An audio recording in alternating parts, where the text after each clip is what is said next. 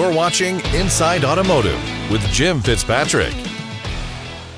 Hey everyone, Jim Fitzpatrick. Welcome into another edition of Inside Automotive right here at the CBT Automotive Network. Today we are bringing together experienced dealers from across the country to walk us through what's happening on the ground, right on the front line.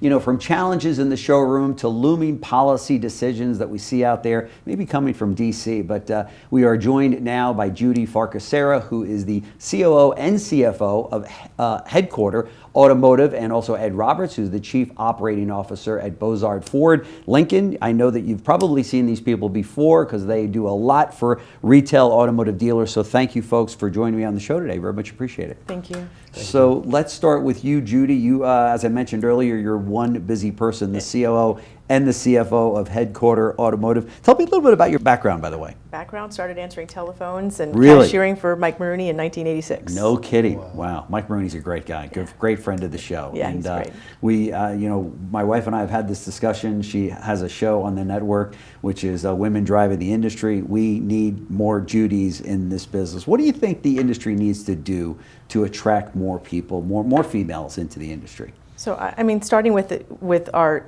individually in our organizations, having the opportunities and the career paths for women, obviously having people that are visible like myself Sure. and other organizations doing that. I'm a board member of Women in Automotive, so we are out there trying to it's a really great organization. boots on the ground, just really Yeah. trying to help Yeah. open that path up, because there's so many great careers available for women and men. And unfortunately, we don't see as many women applying for those positions, right? I think they still see automotive as kind of a male-dominated game, right? Yeah. We just have to keep working on it. That's right. Yeah. That's right. Yeah. And so talk to me a little bit about your business today. How is it at the stores? Stores are doing well. We're slightly down from last year, I think, just with the industry and with supply. And we have different challenges at our different manufacturers. We represent Toyota, so with Toyota, we're still challenged with inventory levels. Honda's good with inventory, Mazda's good with inventory, Hyundai's good with, so that's not our challenge, more market challenge now in those stores. Right, yeah, right. Some of the Toyota dealers that I talk to around the country they're kind of okay with the lower inventory. Do you fall into that bucket where it's... I would like a little more. Okay. Yeah. Okay. Yeah. Not yet. We're not It's okay. a little not tight, yet. right? Not yet. Yeah, it's tight. Although you probably have some Tacomas. We do have right? Tacomas. Send some Tundras. Send some Tundras. Although yeah. I saw a new lease on Tacomas at like $349 a month or something. Something tells me they're going to move pretty quickly. Yeah, they will. Yeah, no question. Ed, I've got your book right here. If you don't have the book, you can get the book. We're going to make a link right underneath the video that you're watching. I highly recommend you get the book. This guy knows automotive inside and out. Talk to me a little bit about your business today at Bozard Ford. We've been blessed. There's been a lot of noise so far this year with tariffs and various different things. So when there's noise, that always gives us a chance to better engage with our people. And when we engage with them, then it allows them to be more confident going out. So we've been blessed with some of the things that Ford's done to go to market that we're actually up, and we've even outran some of our COVID months in the last 3 months. Really? So it's been wow. really strong that's for us. fantastic. Absolutely. Yeah. I see you shaking your head. Did you realize the same increase in business, or? A couple of months from my Mazda store, yes. Okay, yes. okay. That's fantastic. Yep. Do you feel as though the tariff situation has maybe died down a little bit in the eyes of today's consumer? Are they as crazy about it as they were maybe 4 or 5 months ago? The noise has dropped a little bit, but Okay. there's still the concerns of it. Okay. So even though it may not be the first thing that comes up, it still comes up in most of the conversations. Yeah, yeah. And as a result, since tariffs were announced, obviously the value of used cars shot up. So it makes it more difficult to get used cars at a decent price. Talk to me about that. Used cars is always a challenge, but those challenges makes us sharpen our pencils and make us sharpen everything we do. Yeah. So we have to find new channels. We can't continue to say, okay, this is the way we're going to go to market, or this is the way we're going to go find our used inventory. We constantly have to challenge ourselves to find something new. Yeah, yeah. And what about EVs at your store? Where do you stand on EVs? Obviously, with the president rolling back the EV mandates that we saw coming out of California, which were absolutely crazy. Do you have a lot full of EVs right now? Are customers wanting them? Customers are wanting them from our standpoint. But I'm challenged like Judy is here with some of that inventory. I don't have a whole lot of EV inventory right now. Okay. So that's kind of dried up a little bit, but we have the demand for it. Yeah, yeah. And the reason why we have the demand is we really, really push our employees to drive them. We give them free electric, free charging, free whatever. And the best person to buy an EV from is someone that drives an EV. Yeah, So, that's true. That's true. Judy, Toyota seemed to really get it right on the EV situation. Yeah.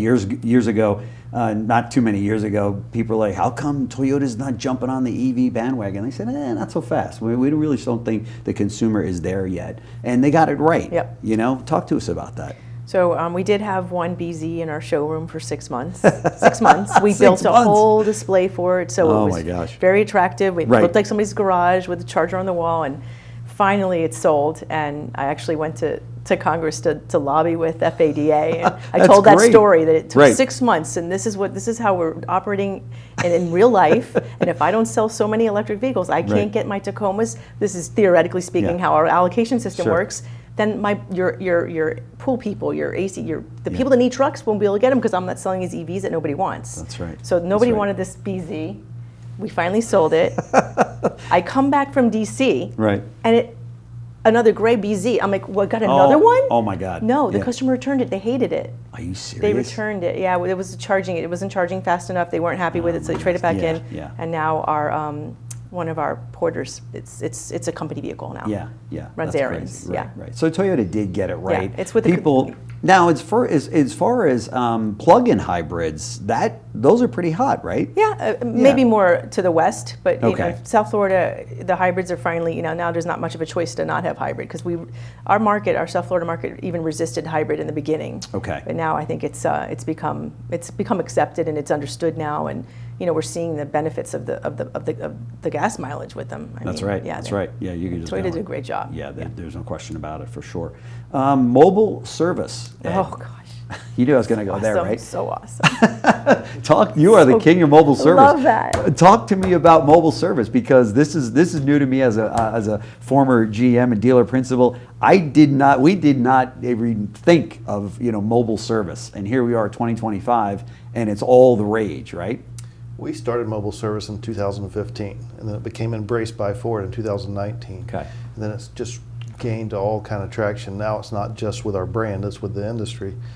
But customers have told us for decades that they don't want to come to our stores, and we kind of force them to come to our stores. We force them into our box. Right. And we can go meet them on their terms. It's what they expect in today's world. Yeah. It's what Amazon's done. They make things convenient. And so mobile service has really raised our game to be able to meet customers on their terms. That's and great. give them the ownership experience that they deserve. How many trucks are we talking about now in the fleet?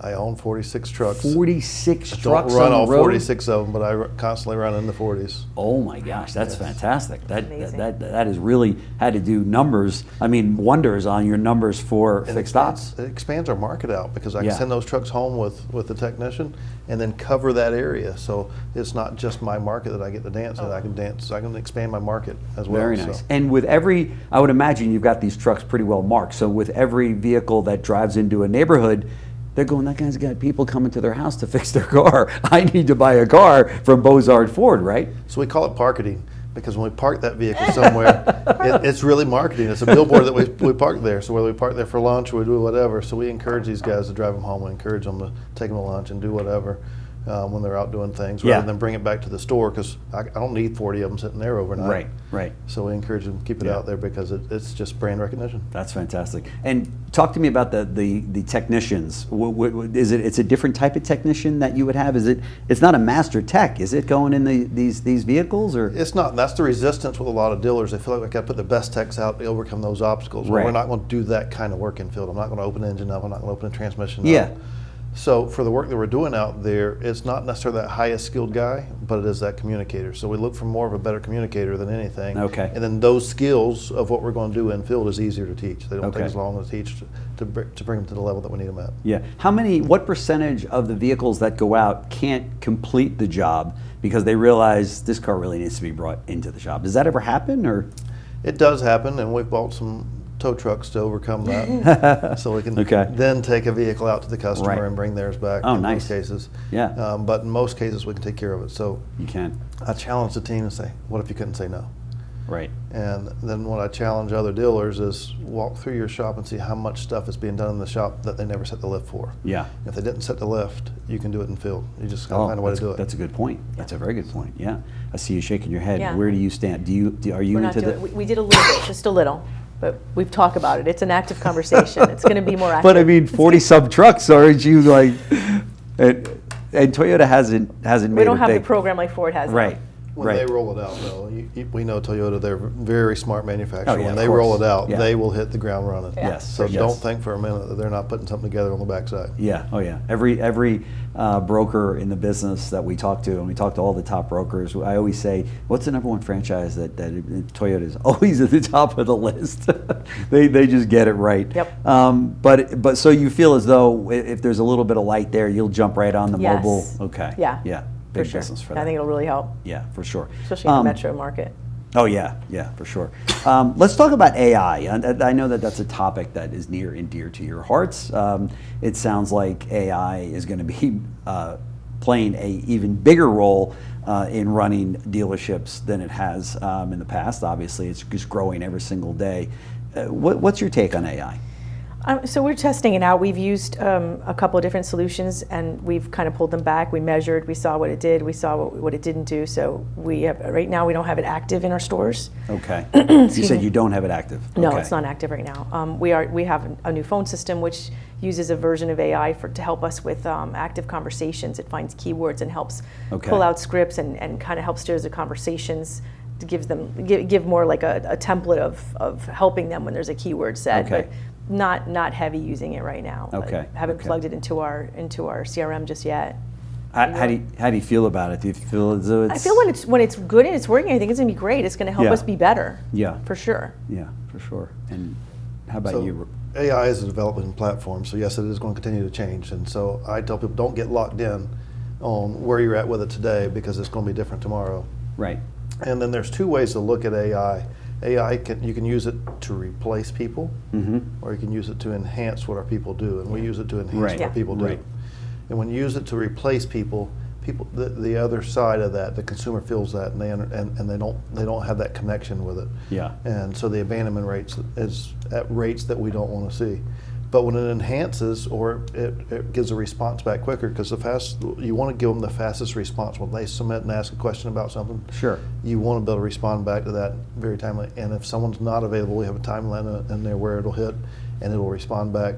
But still, then someone takes it over as soon as they are available. Okay. Okay. So we enhance what we do with it. Yeah. And but what we do with AI today will probably be completely different than what we do with AI 6 months from now and a year from now. Right, Yeah, I right. agree. It'll be up to AI what they do. They'll just go to AI and say, how should we be utilizing this? And it really is amazing, though. There's some huge opportunities there. That we had Brian Benstock in here and talking about it. He gave a great presentation at Ted Ng's event recently, and he's all in on the fact that dealers need to really take a long, hard look. To your point, he feels as though it needs to enhance. It's a tool to help your people do a better job, not necessarily to replace people, right? Which I think makes the staff a little nervous, right? It does make the staff nervous. I mean, Yeah. anything that AI does, we have parts delivering robots at our store that uses some AI technology to do some of that. Yeah. And their thoughts are, you would think that, why wouldn't they want that? Why wouldn't they embrace it? Because we love to embrace technology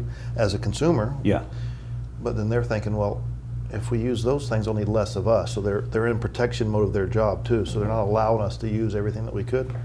And so we have to be more intentional about giving them the why we do these things. And it's Yeah. to make them, it's allowing them to dance in the areas that they feel more comfortable in.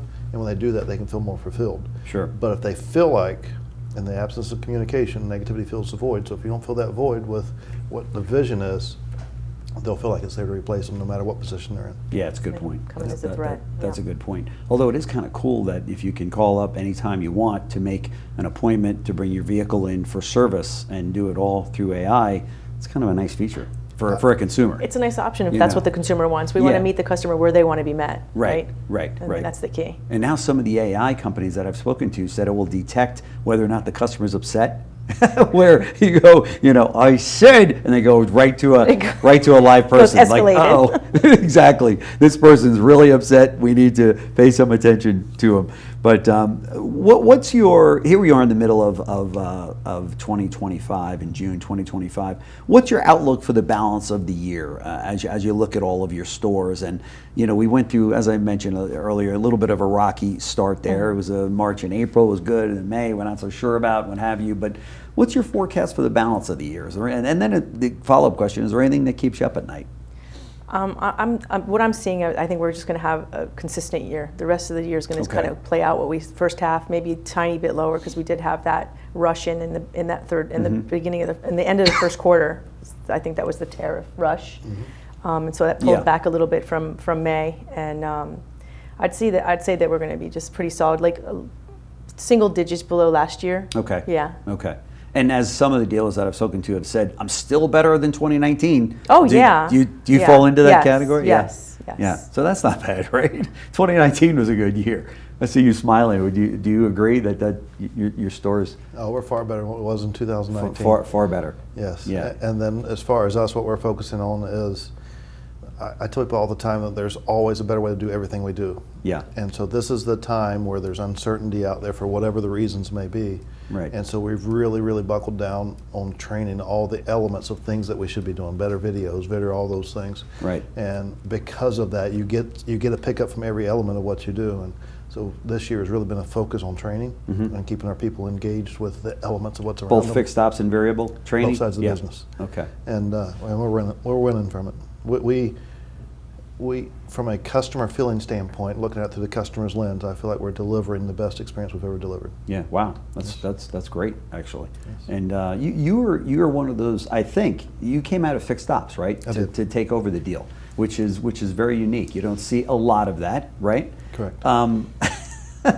I was one of those guys that came out of variable and never. I shouldn't say never, but didn't have a really good grasp on fixed ops because I didn't know it as well. It's not where so I was really dependent on the fixed ops directors that worked with me. You know what I mean? To say, if you say so, and it sounds good, sounds good to me, right? Yeah, exactly. Because you lived it, and you went from technician to service advisor to service director, what have you. I didn't do that, and but certainly whenever you see somebody that was a fixed ops director that gets in and runs the store, man, you guys do a great job, by the way. It's a different kind of operator for sure. It is. So I'll touch on that because it goes back to what you said earlier about women in automotive. Yeah. Women pay better attention to details than we do. Oh, 100%. And dealers 100%. need to be paid better attention to details. Yes. And in the fixed ops side, you have to be more process oriented. Right. So when you move someone from that side to the front, you bring more process to it, you bring more structure to it.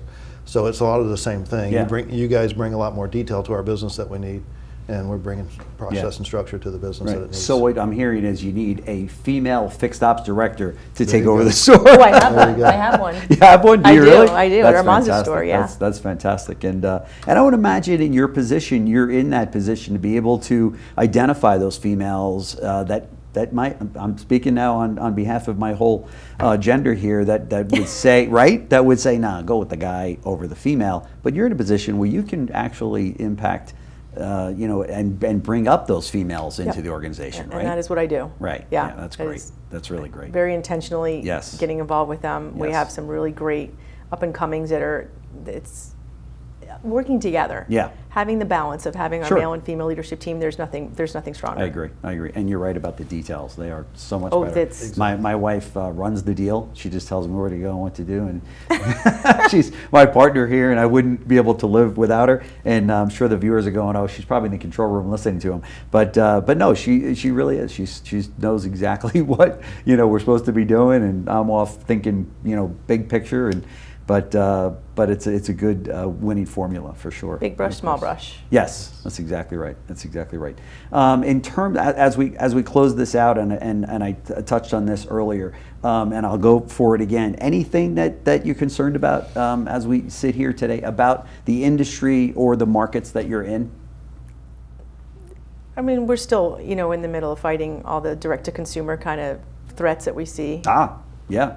That's just, I guess, a small thing that would keep me up at night. Obviously, Volkswagen is looking to sell the Scout directly to consumers, and what's your take on that situation? It's in the early stages of where it's going to fall. It's a battle. Right, and Florida's making some big inroads in that, right? Shutting it down. Yep. Yeah, Ted Smith's doing a great job in that regard. Ted's awesome. And how about you? What is there anything lurking around the corner that keeps you up at night that you got to keep an eye on? I wouldn't say that there's anything lurking that keeps me up as far as that. We're always looking to what are we not doing well. Yeah. And if we do those things and focus on the things that we can control, yes, there are some things that do threaten our industry, but focusing on the things that we can control, there's so many ways that we can improve on that to where it becomes seamless. Yeah. Can I add So to it's that? constant improvement. Absolutely. Yes. So details and the new gen, the next gen is what my big focus is Yeah. on. And Yes. this next gen of people see things differently than we do. That's right. And we've got to listen to them. We've got to help them, teach them, show them, Yes. mentor them, but we have to listen because they have Yes. a different set of a different no lens. question about and the consumer is going to be that lens that we're going to be serving. I know. There's no question about it. And so many of these, people that are or kids. I call them kids because I'm older than most of them. But they come in. When I started in the industry, my sales manager brought me over. He said, "What's my schedule?" He pointed to the front door. He goes, "That's your schedule. 9 to 9, 7 days a week, whatever it was." It was South Florida, so you know the deal, right? And I'm like, no, really, what is it? He's like, "No, really, that is your schedule. Let's see where it goes from here." And I was lucky to get 1 day off a week, maybe. Yeah. And if I had customers Depends. coming in.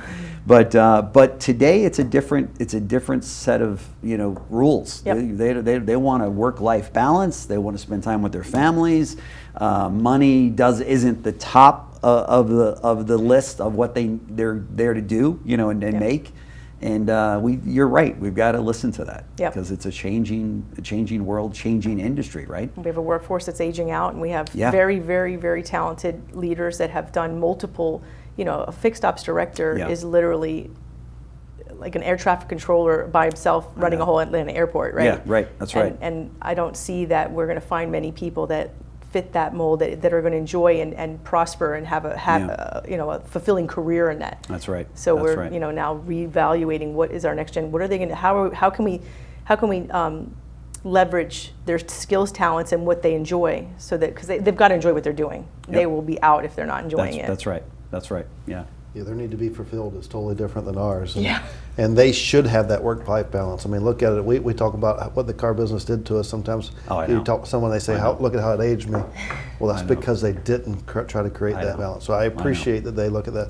But yes, meeting the generational differences at their level is an opportunity for all of us to learn, because yes, millennials want to go to market differently. They want to have a different work-life balance. Zs are different. And the opportunities that they chase after, they may not do the same job for 30 years. They may do it for 3 years. And I mean, you got to build it. But having different jobs available for them to where they can still work for the business for 30 years is still there. It just may not be in the same role. That's right. That's exactly right. Judy Farcus Serra and Ed Roberts, thank you so much for joining me on the show. Very much appreciate it. I know that our viewers will get a lot out of your visit with us here today. So thanks so much. Thank I really you. appreciate it. Thank you. Thanks for watching Inside Automotive with Jim Fitzpatrick.